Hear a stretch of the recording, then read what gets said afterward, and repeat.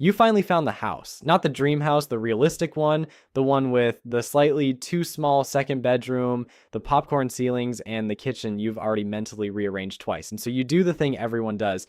You pull up a mortgage calculator, you punch in the numbers, and you wait for that little monthly payment to appear. And when it does, it's about $850 higher than the exact same house would have cost you 5 years ago. Same square footage, same zip code, same you, same paycheck.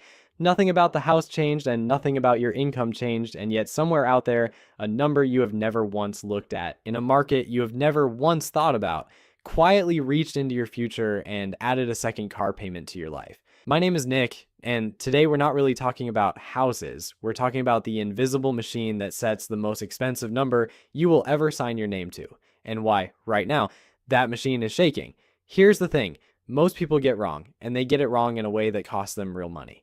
When your mortgage rate goes up, you blame the Federal Reserve. You picture some board of serious people in a wood-paneled room in Washington turning a giant dial labeled your monthly payment. And you assume that if they would just turn the dial back down, your house would get cheaper. And I get why you think that. It's the version of the story you hear on the news, like the Fed raises rates, the Fed cuts rates, mortgage rates follow along like a duckling. It's clean, it's simple, and it's basically wrong. The Fed sets one specific rate, the overnight rate banks charge each other, and that rate has almost nothing to do directly with the 30-year loan on your house. The number that actually decides your mortgage lives somewhere else entirely. It lives in the bond market. And to understand why your house got $850 more expensive without anyone touching the house, you have to understand the single most boring, most powerful market on earth, the one that quietly sits underneath every mortgage, every car loan, and every credit card in the country. So let's start with the thing itself, because if you don't understand what a bond is, you don't understand money. And I mean that almost literally. A bond is an IOU. That's it. That's the whole trick. When the government needs money, and it always needs money, it doesn't just print it and hope for the best. It borrows it. It sells you a little piece of paper that says, give me your money today, and in 10 years or 30 years, I'll give it back to you, plus a little extra on top every year for your trouble. That little extra is the interest. In bond world, we call it the yield. And here's the part that breaks people's brains the first time they hear it. The government does not get to decide the yield. You'd think they would. They're the government. But no. The yield is decided by whoever is willing to actually buy the bond, which is to say, the market. And the market is just a giant collection of people and institutions with money to lend. Pension funds, insurance companies, foreign countries, your retirement account, probably whether you know it or not. And those lenders behave exactly like you'd behave. When they trust that they'll get paid back on time in money that's still worth something, they're happy to lend cheaply, low yield. When they start getting nervous, when they look at the borrower and think, I'm not totally sure about you, pal, they demand more. Higher yield. It is the exact same logic as a credit score, except the borrower is the most powerful government in human history, and the people judging its credit score are deciding in real time, every single day, what it costs you to buy a house. Because here's the chain that nobody draws for you. When the yield on government bonds goes up, the yield on basically everything goes up with it. Mortgages, car loans, business loans, the student loan your nephew is about to sign. All of it is priced off the same foundation, and that foundation is the bond market. So when you hear that bond yields just hit a multi-year high, what you're really hearing is the cost of your entire financial life just went up, and the people who did it have never met you and never will. Now let me introduce you to Joseph, because Joseph is about to spend the rest of this video being quietly ruined by a market he's never heard of. Joseph is 31, he makes $85,000 a year, which is a genuinely solid income, well above the median, the kind of number that in his parents' world meant you were comfortably ready to buy a house. And Joseph has found his house, $400,000, the one with the too small second bedroom. He's been refreshing the listing on his phone at red lights for 2 weeks, which don't do that, but I understand. And Joseph has done his homework. He knows the bank will approve him. What he does not know yet is that the difference between buying that house comfortably and buying that house in a way that turns his life into a spreadsheet of low-grade dread comes down entirely to one number that he has never looked at and could not name. So let's go look at it for him. That number is the yield on the 10-year treasury. And right away, you might be asking the obvious question. Joseph is getting a 30-year mortgage, so why does the 10-year anything matter? Shouldn't his rate track a 30-year bond? Great question, and the answer is one of those little facts that once you see it, you can't unsee. Almost nobody actually keeps a mortgage for 30 years. People move, people refinance, people pay the thing off early when life goes sideways in a good way. On average, the typical mortgage is gone in about a decade. So even though the loan is technically a 30-year commitment, it behaves like a 10-year loan. And that means lenders price it against the 10-year treasury, the closest thing the financial world has to a perfectly safe 10-year bet. Your mortgage is, in effect, that safe 10-year government bond, plus a stack of extra charges for the privilege of being a regular human being instead of the United States Treasury. Hold on to that idea, because that stack of extra charges is where this whole story is going to get spicy. But first, the chain. When Joseph signs his mortgage, his lender is not planning to sit there for 10 years collecting his payments like a patient landlord.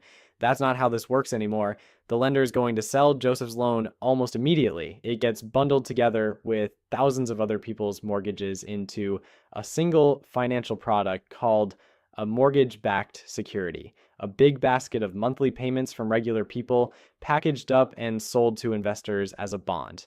Those investors buy that basket instead of buying plain government bonds because the basket pays them a little more. And the yield they demand on that basket, plus the lender's costs, plus the lender's profit, is what becomes the rate Joseph sees on his screen.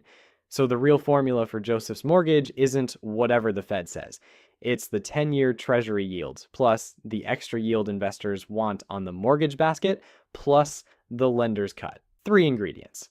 The Fed only has a loose, indirect grip on the first one, which is exactly why you get these maddening moments where the Fed cuts rates, the news celebrates, and Joseph's mortgage, quote, somehow goes up anyway. The Fed controls the short end of the pool. Joseph is drowning in the deep end, and the deep end has its own weather. Let me say that part again because it is the single most useful thing you'll learn today.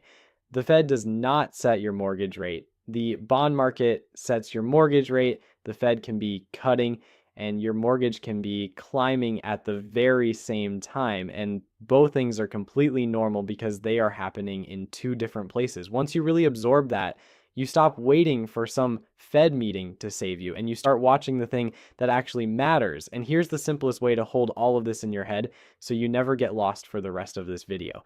Picture one machine with 3 moving parts. There's the foundation, which is that 10-year treasury yield. There's the toll that sits on top of it, which is the spread. And there's the weather swirling all around it, which is just how nervous the market feels on any given day. Foundation, toll, weather, that's the whole machine. Every single thing I'm about to tell you. The debt, the auctions, Japan, all of it is just one of those 3 parts moving. And the thing that actually matters, the gap between that safe government yield and what Joseph actually pays, has been doing something genuinely strange for the last few years. So let's talk about that gap because it is the difference between a tough housing market and a brutal one.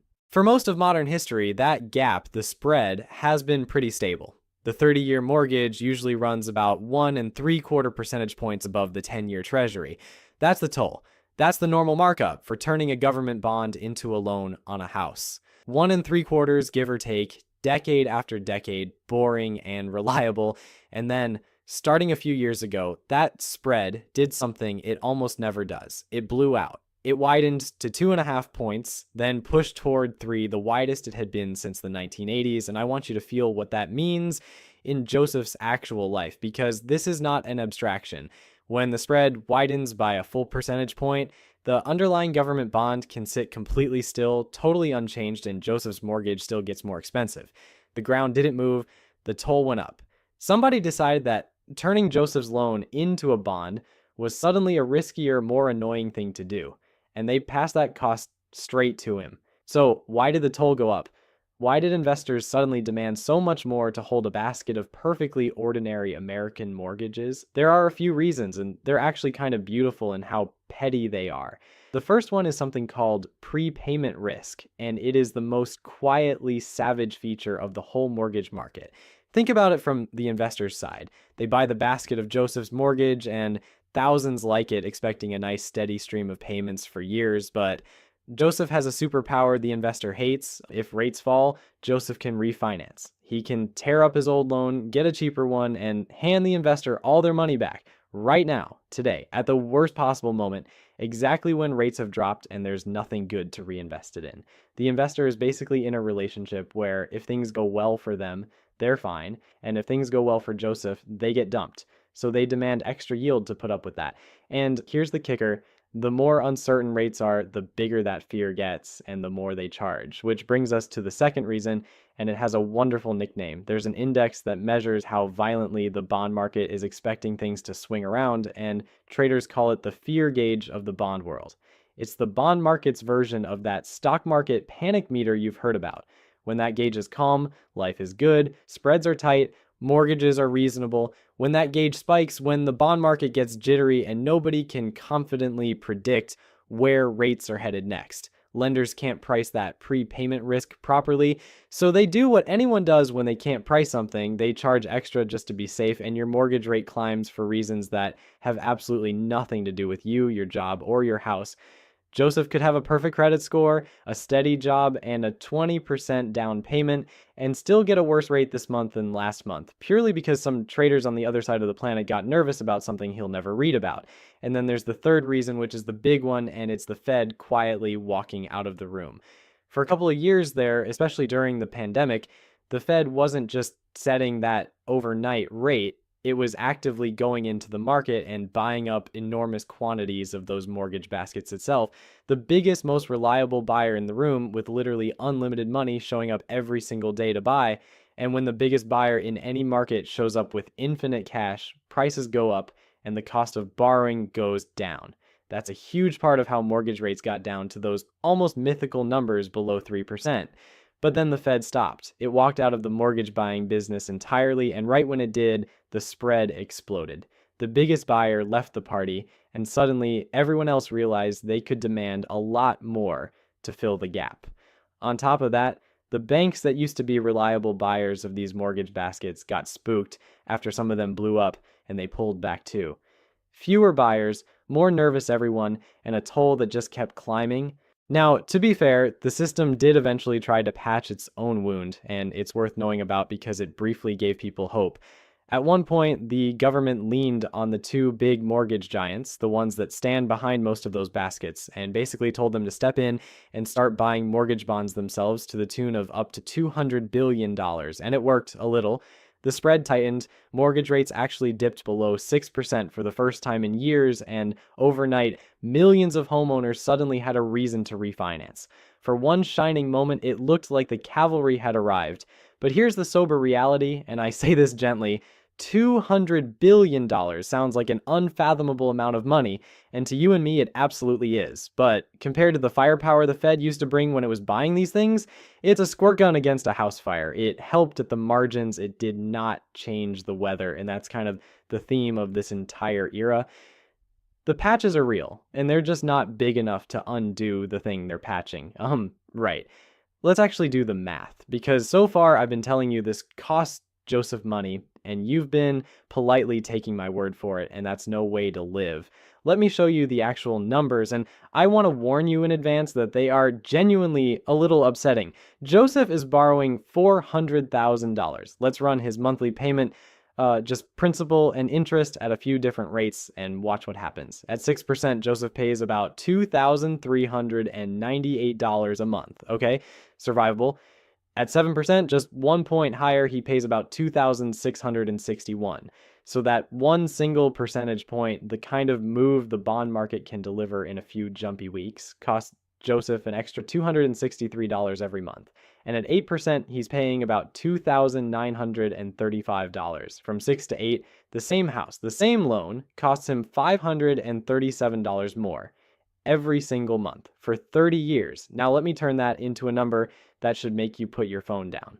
$537 a month over the life of that loan is roughly $193,000 in extra interest. $193,000, let me say it the slow way.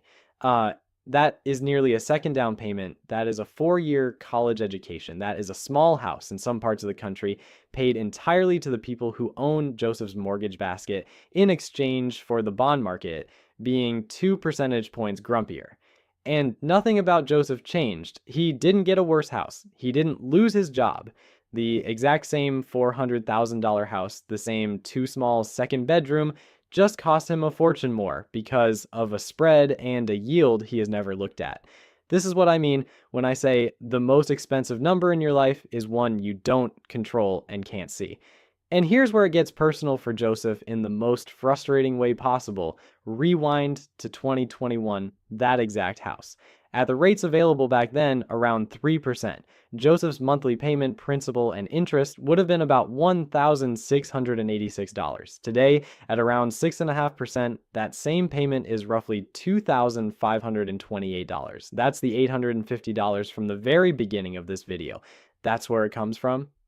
Joseph is being asked to pay almost $850 more every month for the identical house with the identical income because of nothing he did and nothing the house did.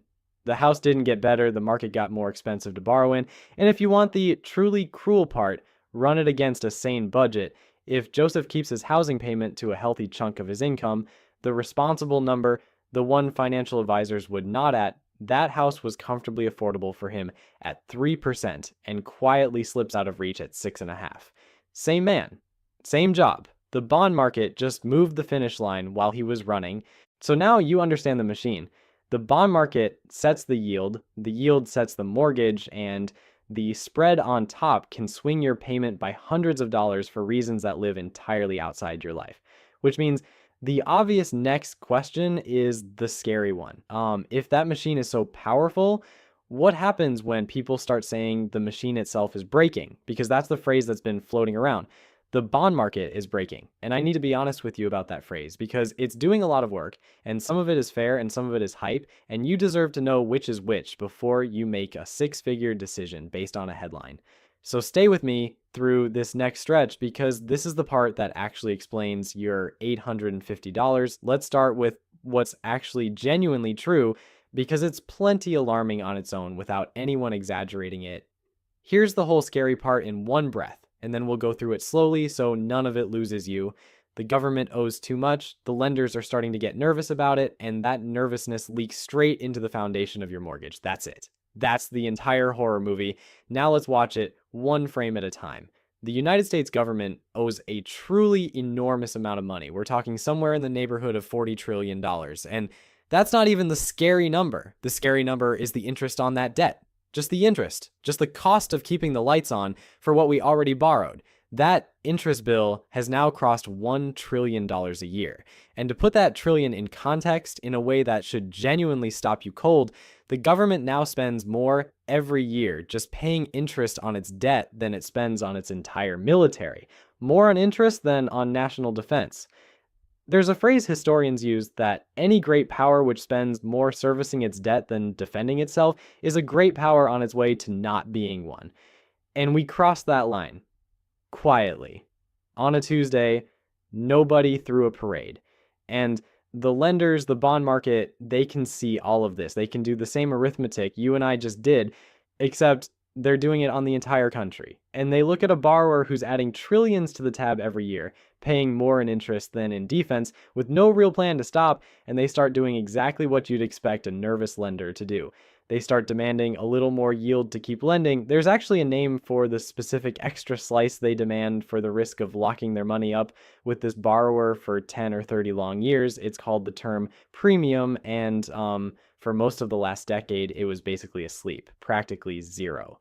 Investors were so calm about lending to the US long term that they barely charged anything for the risk, and recently, for the first time in years, it woke up. It turned positive. The lenders collectively decided that holding America's long-term debt deserves a real risk charge again. And every tick of that risk charge upward is a tick upward on the 10-year treasury, which is a tick upward on Joseph's mortgage. The country's credit anxiety becomes Joseph's monthly payment. That's the transmission. That's how Washington's spending habits end up in your second bedroom. It's not just a vibe either. The credit rating agencies, the official scorekeepers, whose entire job is to grade how trustworthy a borrower is, have been quietly downgrading the United States. One of them did it years ago, another did it a couple of years ago, and the last big holdout, the one that had given America its perfect, pristine, top-tier credit score continuously for over a century, through the Great Depression, through 2 world wars, finally pulled the gold star. Downgraded. And the response from a top government official was essentially a shrug. Who cares? The Gulf states don't care. The Saudis don't care. Which, I'll be honest, is a wild thing to say out loud, because the entire reason it matters whether the Saudis care is that we need them and everyone like them to keep buying our debt. Telling the world you don't care if your lenders are nervous is a bold strategy when your whole financial model depends on those lenders showing up to the auction every few weeks with their checkbooks open. And speaking of those auctions, this is where the rubber meets the road, and where you can actually watch the stress in real time if you know where to look. Every few weeks, the Treasury holds an auction. It puts a giant pile of new bonds up for sale and waits to see how hungry the buyers are. When the auction goes well, lots of eager buyers. The bonds get snapped up at good prices, everyone relaxes. Yet when an auction goes badly, when the buyers show up thin and unenthusiastic and demand higher yields to take the bonds off the government's hands, that's the bond market clearing its throat and saying, we're getting tired of this. And lately, some of those auctions have been ugly, not catastrophic, not a failed to sell lights out disaster, but noticeably weaker, with the people who are contractually obligated to buy the leftovers having to eat a bigger and bigger share. It's like throwing a party and slowly realizing that the only people still showing up are the ones you paid to be there. The honest read is that the auctions are still clearing, the machine is still running, but it's running hot and it's making sounds a healthy engine doesn't make. And remember, this isn't trivia. Every one of those ugly auctions, every nervous buyer demanding a little more to take the bonds, nudges that foundation up a hair. And a hair on the foundation is real dollars on the payment Joseph is sitting at home trying to afford. The other place the strain shows up is in who's leaving the party. For decades, 2 of the biggest, most loyal buyers of American debt were China and Japan. And both of them have been quietly stepping back. China has been trimming its holdings down to the lowest level in more than 15 years. Like, they're not dumping it all at once, because that would tank the value of what they still hold. So they're doing it slowly, a little every year, but the direction is unmistakable. And Japan, the single largest foreign holder, has its own special problem, and it's worth understanding because it's a perfect little machine of doom. Japan needs dollars, partly to defend its own currency, the yen. To get those dollars, it sells American bonds. But selling American bonds pushes American yields up, which makes the dollar even stronger against the yen, which means Japan needs even more dollars to defend the yen, which means it has to sell even more bonds, around and around. Every loop pushes American yields a little higher, which, you guessed it, pushes Joseph's mortgage a little higher. A currency problem in Tokyo becomes a kitchen renovation problem in suburban Ohio, and Joseph will never, ever know why. But before I let the doom spiral fully take hold, I want to be the honest friend at the bar, not the guy yelling about the end of the world. The bond market is not collapsing. Foreigners in total still hold near record amounts of American debt. The auctions, ugly as some of them get, are still clearing. The machine is straining, not shattering, and the difference matters enormously, because if you make a giant financial decision based on the belief that everything is about to detonate and instead it just muddles along grumpily for years, you can hurt yourself just as badly as the people who ignore the risk entirely. The word breaking is doing 2 jobs. It accurately describes real, structural, serious stress, and it also sells a lot of doom videos. Your job is to hold both of those truths at once, which I know is a big ask for a topic this stressful. Now, here's a question I get asked constantly, basically every time I talk about this stuff, so let me just answer it right here in the middle instead of pretending it's not coming. People message me and say, Nick, this is all fascinating and mildly terrifying, but how do you actually keep track of all of it without losing your mind? And how would a normal person ever turn this into something that helps them instead of just stressing them out? And the honest answer is that I got tired of explaining it one message at a time. So I built a school community where I break down exactly this kind of thing as it happens, the auctions, the spreads, the moves that actually matter for your mortgage and your money in plain English with the math shown. The link is down in the description if that's something you want. That's genuinely the whole pitch. No countdown timer, no fake urgency. This video is the demo. If the way I'm explaining this is useful to you, that's the same thing. Just every week. Okay, back to the part where I scare you responsibly. Because I want to show you what breaking actually looks like when it really happens, so you can recognize the real thing versus the hype. And for that, we have two recent ghost stories. The first one is about a bank that did everything it was told was safe and died anyway. This bank took its customers' deposits and parked them in the safest assets on the planet. Government bonds, risk-free supposedly. But here's the thing. Nobody tells you about so-called risk-free bonds. They're only free of one kind of risk, the risk that you don't get paid back. They are absolutely not free of the risk that rates rise after you buy them, which makes the bonds you're holding worth less. Because why would anyone buy your old low-paying bond when they can get a shiny new higher-paying one? When rates shot up, this bank's giant pile of safe bonds quietly lost a fortune in value. And when nervous customers showed up all at once asking for their money, the bank had to sell those bonds at a brutal loss to pay them, and the whole thing collapsed in a matter of days. The lesson, burned into every banker's brain now, is that even the safest asset in the world carries a hidden trapdoor. And that trapdoor is exactly the rising rates we've been talking about this whole time. The second ghost story crossed an ocean and happened even faster. Over in the United Kingdom, a new government rolled out a budget full of big unfunded promises, the kind of thing that makes bond lenders deeply nervous, and the British bond market reacted instantly and violently. Yields spiked, and it turned out that a whole swath of British pension funds had quietly built themselves on a foundation of hidden leverage that only worked if bond yields stayed calm. When yields spiked, those funds got hit with emergency demands for cash, so they had to sell bonds, which pushed yields even higher, which triggered more demands for cash, which forced more selling. The exact same doom loop, but compressed into days, threatening to take down a chunk of the nation's retirement savings. The central bank had to charge in with an emergency rescue to stop the whole thing from unraveling, and the government that started it lasted about 44 days. The lesson there is that a bond market doesn't break slowly and politely. When it really goes, it goes in an afternoon, and it takes hidden, leveraged, this could never happen here, assumptions down with it. So when someone tells you the American bond market is showing signs of strain, the right reaction isn't panic, but it definitely isn't a shrug either. It's respect. Anyway, let's come back from the edge of the world and back into your actual house, because there's a consequence of all this that's hitting tens of millions of Americans right now. And it's so sneaky that most of the people it's happening to don't even realize it's happening. It's called the lock-in effect. And to explain it, I want you to meet Amy. Amy is the other side of Joseph's coin.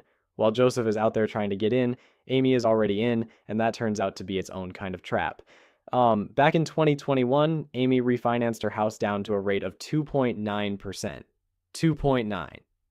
She told me she framed a copy of the paperwork as a joke, and then slowly over the next couple of years, as rates climbed back toward 7, she stopped thinking it was a joke and started realizing she was holding something close to a winning lottery ticket, the cheapest money of her entire life locked in, hers, and then life did what life does.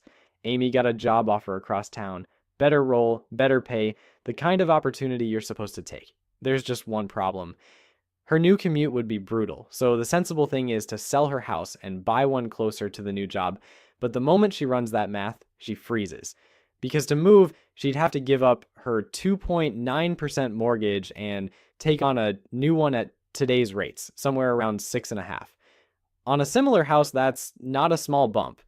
That roughly doubles her monthly payment for essentially the same lifestyle in a different zip code. So Amy does the only rational thing. She stays, she turns down the move, she white knuckles the commute, not because she wants to, but because her cheap mortgage has become a pair of golden handcuffs, and the key was thrown into the bond market years ago. Now multiply Amy by tens of millions, because here's the genuinely staggering statistic.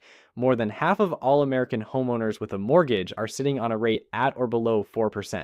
More than half, and nearly 70% are below 5%. These are people who, like Amy, would have to roughly double their housing costs to move. So an enormous share of them simply won't. They won't list their house, they won't sell. And that's a disaster for everyone trying to buy because the houses that would normally hit the market, the natural churn of people upgrading and downsizing and relocating just stops. The supply dries up. Researchers estimate the lock-in effect froze well over 1.5 million home sales that would otherwise have happened, and in the process actually pushed home prices up because all those frozen sellers mean fewer houses for sale and fewer houses for sale, even with weak demand. Props prices up. I know. So Joseph, our buyer, is getting squeezed from both directions at once. His borrowing costs are high because of the spread, and the yield and the supply of houses is thin because Amy and millions like her are locked in their homes by the very same rates. The bond market isn't just making his loan expensive, it's making the houses themselves scarce. And there's a sneaky little side effect of all this locking in that's worth a quick detour because it shows you how clever people get when they're trapped. Amy can't move, fine. But Amy still might want money for a kitchen, for a roof, for a kid's tuition. In a normal world, she might have sold and traded up. But she can't give up that 2.9%. So instead, she does what a record number of homeowners are now doing. She borrows against the house she's stuck in with a home equity line of credit, a HELOC, which lets her tap the value of the home without touching that precious low first mortgage. Nationally, the amount of money people are borrowing this way has climbed to record highs because it's the only release valve left for tens of millions of people sitting on cheap mortgages and locked doors. Here's the catch though, and it's a sharp one. Those equity lines are tied to short-term rates, the ones that actually do follow the Fed.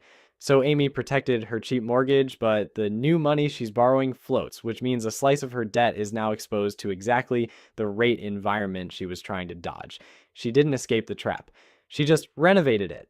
This is the part that I think genuinely breaks people's faith in the whole just work hard and buy a home story, and honestly, I get it, because there's no villain here you can point at. Amy isn't being greedy by staying put. She's being completely rational. Joseph isn't being irresponsible. He's doing everything right and still getting squeezed. The bank approving his loan isn't twirling a mustache. It's just pricing in a market it doesn't control either. Nobody in this story is the bad guy. And somehow, the outcome is still that a guy making $85,000 a year can't comfortably buy a $400,000 house, and a woman with a great job offer can't move to take it. That's not a story about bad people making dumb choices. It's a story about a system that, for entirely understandable reasons, locked itself up and handed the bill to anyone unlucky enough to need to move during the freeze. Let me give you some historical perspective, though, because if you think today's rates are the apocalypse, history would like a word, and it's a genuinely useful word. Rewind to the early 1980s, inflation had gone completely feral, and the man running the Federal Reserve at the time decided to kill it with brute force, cranking rates up to levels that sound made up today. And mortgage rates, the 30-year mortgage peaked at over 18%. 18, not 6.5, not 8. 18.6. Picture Joseph trying to buy that same $400,000 house at 18%. His payment wouldn't be $2,500. It'd be around $6,000 a month on principal and interest alone for a $400,000 house.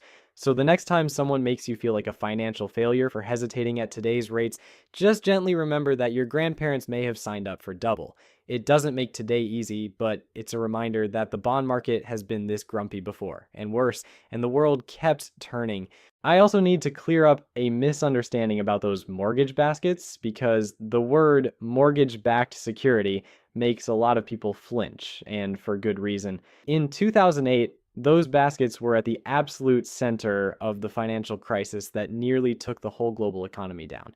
But here's the crucial difference, and it matters for how scared you should actually be today. Back then, the rot was in the loans themselves. The baskets were stuffed with mortgages handed out to people who clearly couldn't afford them, with almost no checking because everyone in the chain made their money the moment the loan was sold and nobody cared what happened after. They were quietly toxic. Today's baskets are a totally different animal. They're overwhelmingly backed by the government, made of solid, properly checked loans to people who can actually pay. So the strain in today's bond market is not a repeat of 2008 hiding around the corner. It's a different problem. It's not that the loans inside are rotten, it's that the whole foundation those loans sit on, the trust in government debt itself, is the thing under pressure. Same building, but the crack is in the bedrock this time, not the furniture. And while we're being honest about the size of all this, I'd be doing you a disservice if I let you think it stops at your mortgage, because it absolutely does not. Like, remember the very beginning when I said the bond market is the foundation under basically every loan in the country? That wasn't a figure of speech. When that 10-year yield climbs and the whole foundation lifts, it's not just Joseph's mortgage that gets pricier, it's the loan on the car he needs to get to work. It's the rate on the credit card he leans on when the car's transmission goes. It's the financing on the small business his friend is trying to start, and the student loan his sister is signing for. Every one of those numbers is quietly bolted to the same underlying bond yields we've been tracking this whole time. So when people say a stressed bond market touches everyone, even the renters, even the people who will never buy a house, this is what they mean. The bond market is not a thing that happens to investors in suits. It is the foundation under the entire economy's cost of borrowing. And right now, somebody keeps jacking that foundation higher, and every loan in the country tilts with it, whether you own a house or not. So where does this actually go from here? Let me lay out the three honest possibilities, because anyone who tells you they know exactly what happens next is selling something, and it's probably not as good as it sounds. The first path is the optimistic one. Inflation keeps cooling, the bond market calms down, that fear gauge stays sleepy, the spread slowly drifts back toward its normal 1 3/4 points, and mortgage rates ease down into the high fives. Not the magical 3% of the pandemic, that was a once in a lifetime fever dream, but something genuinely livable. In that world, Joseph catches a break, and Amy finally gets to move. The second path is the grim one. The deficit fears get worse, an auction or two genuinely fails. Foreign buyers keep heading for the exits. That term, premium, keeps climbing, and the 10-year yield pushes higher and drags the spread along with it. In that world, mortgage rates don't ease, they climb toward 9, even 10%. The housing market seizes up completely, and prices finally crack in the overbuilt areas. Joseph doesn't buy it all and waits. And the third path, the one I'd actually put my money on if you held a calculator to my head, is the boring one, the muddle. Rates bounce around in this irritating 6 to 7% band for a good while. The spread stays wider than the history books say it should. The lock-in slowly, grudgingly thaws as life forces enough Amy's to move anyway. Kids, divorces, jobs, the stuff that overrides even a great mortgage rate. Affordability creeps back, not because rates plunge, but because incomes slowly rise and prices go flat, and the two finally meet in the middle a few years out. It's not dramatic. It won't get its own breaking news graphic. The muddle is basically the financial version of a group project where nobody fails, but nobody graduates either. Everyone just keeps showing up. But muddling along is historically what these situations usually do, right up until the rare moment they don't. And the whole game, the entire game, is staying ready for the rare moment while not betting your life on it. So how do you actually stay ready? Let me get practical, because I don't want to just hand you anxiety and walk off. There's an old line in the mortgage world: date the rate, marry the house. And underneath the cheesiness, it's real wisdom. What it means is this: if you find the right house and you can genuinely afford the payment at today's rate today, not at some hoped for future rate, then waiting around for rates to drop is a worse gamble than it looks. Because here's the cruel little secret: if rates do drop, all the Josephs who were sitting on the sidelines come flooding back in at once, bidding against each other, and prices jump to eat up the savings. You wait for a lower rate and get punished with a higher price. Whereas a rate, unlike a price, you can renegotiate later. Like if rates fall, you refinance. You can change your rate anytime. You can never, ever go back and change the price you paid for the house. So you date the rate, planning to swap it the moment something better comes along, and you marry the house, because that part is permanent. I get like a tattoo, except like with property taxes, which means the single most valuable thing you can do is know your refinance trigger before you ever need it. The rough rule of thumb is that refinancing tends to be worth the hassle and the closing costs once you can knock something like 3/4 of a point, ideally a full point, off your rate, and stay in the house long enough to earn back what the refinance costs you, usually a couple of years. Amy watched two of her neighbors run this exact experiment in real time, and the results still haunt her a little. The woman in the house to her left bought at a rough rate a couple of years back, shrugged about it, figured she'd fix it later, and the very weak rates twitched downward. She was on the phone with the lender before lunch, locking in savings that'll outlast her car.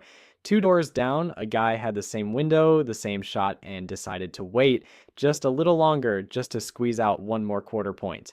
The window shut, the window always shuts, and he's still sitting there, paying hundreds more a month than the woman to Amy's left for a nearly identical house on the same street, because he tried to outguess a market that was engineered from the ground up to humiliate exactly that move. Don't be the guy two doors down, know your trigger, and act when it hits without romance. And then there's the big structural choice, fixed versus adjustable, and I want to frame it in a way that actually helps. A fixed rate mortgage is more than a loan. It is insurance. It is you paying a little extra in the form of a slightly higher starting rate to make absolutely certain that none of the bond market chaos we've spent this whole video discussing can ever touch your monthly payment. The auctions can fail, the term premium can scream, Japan can sell every bond it owns, and your payment does not move one single dollar. That is an enormously valuable thing to own in a world this uncertain. An adjustable rate mortgage, by contrast, hands the bond market a key to your front door. And the bond market, as we have thoroughly established by now, is not a polite house guest. It starts cheaper, sure, but it resets, and when it resets, all that volatility we talked about gets to walk right into your budget and put its feet up. An adjustable rate makes sense in exactly one situation when you are genuinely confident you'll be out of that loan, sold, or refinanced before it ever resets, and you can survive being wrong. If that's not airtight, you are not saving money. You are selling insurance you'll desperately wish you'd kept. So let me zoom all the way back out and give you the thing I actually want you to take away from all of this, because it's bigger than any single rate or trigger. You have been told your whole life that buying a home is a measure of whether you're succeeding as an adult. That if you can't comfortably do it, you've failed at something fundamental. And I need you to really hear this. If you are sitting there right now feeling like homeownership is slipping through your fingers, feeling like you did everything right and the door still won't open, you are not failing. You know what this actually feels like day to day? It feels like refreshing the same listing at a red light for the third time today. Like you can will the number down by looking at it. It feels like lying awake at 2 a.m. with the calculator app glowing on your nightstand, running the exact same payment you ran an hour ago, hoping it somehow changed. It feels like quietly closing a browser tab full of houses you can't reach and telling yourself you'll look again next year. That is not weakness. The math genuinely changed underneath you, and it changed for reasons that have nothing to do with your discipline, your work ethic, or your worth. A market you can't see and didn't vote for repriced the single biggest purchase of your life by hundreds of dollars a month. And then a freeze you didn't cause hit the houses you'd actually want to buy. That is not a personal failing. That is a system doing exactly what it does and you happening to need a house during the wrong chapter of it. What that means in practice is that you get to opt out of the shame completely while still being ruthlessly smart about the math. You can look at Joseph's $400,000 house, run the real numbers at the real rate, and decide, clear-eyed, that it doesn't work for you right now. And that decision isn't a defeat. It's you refusing to set fire to your financial life just to hit a milestone on someone else's schedule. There is no trophy for being house poor.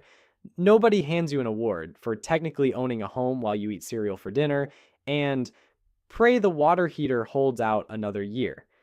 The goal was never to own a house. The goal was to be free. And sometimes the freest thing you can do is look at a rigged setup and calmly decline to play until the odds get better. So watch the machine. Not obsessively, not in a way that ruins your weekends, but watch it. Keep one eye on that 10-year treasury yield because that's the foundation. Keep one eye on the actual mortgage rate because that's the foundation plus the toll. And keep one eye on that fear gauge because when it spikes, your mortgage is about to get more expensive no matter what any politician or Fed chair says on television. Those three numbers will tell you more about your housing future than any amount of doom scrolling. And if you want me tracking those three with you as they actually move in plain English, that community is sitting right there in the description, no pressure. Because here's the truth, all the way back where we started, that $850 Joseph is staring at, the gap between the house he could have had and the house he can barely reach was never really about the house. It was about an invisible machine of bonds and yields and spreads and term premiums and nervous lenders on the far side of the planet, all quietly agreeing every single day on what your future should cost. The machine is shaking right now. Maybe it steadies, maybe it doesn't, but you are no longer one of the people who has no idea it's even there. You can see it now. And the people who can see the machine are the only ones who ever get to stop being surprised by it. As for Joseph, last I checked, he finally closed the listing app at a red light, ran the numbers one more time, and decided to wait. Not because he gave up, and not because the too small second bedroom stopped calling him, but because for the first time in his life, he knew exactly what he was waiting for. He could see the machine. And that quiet, faintly nerdy little superpower is the entire reason this video exists. So go find your house, just make sure you've looked at the machine first.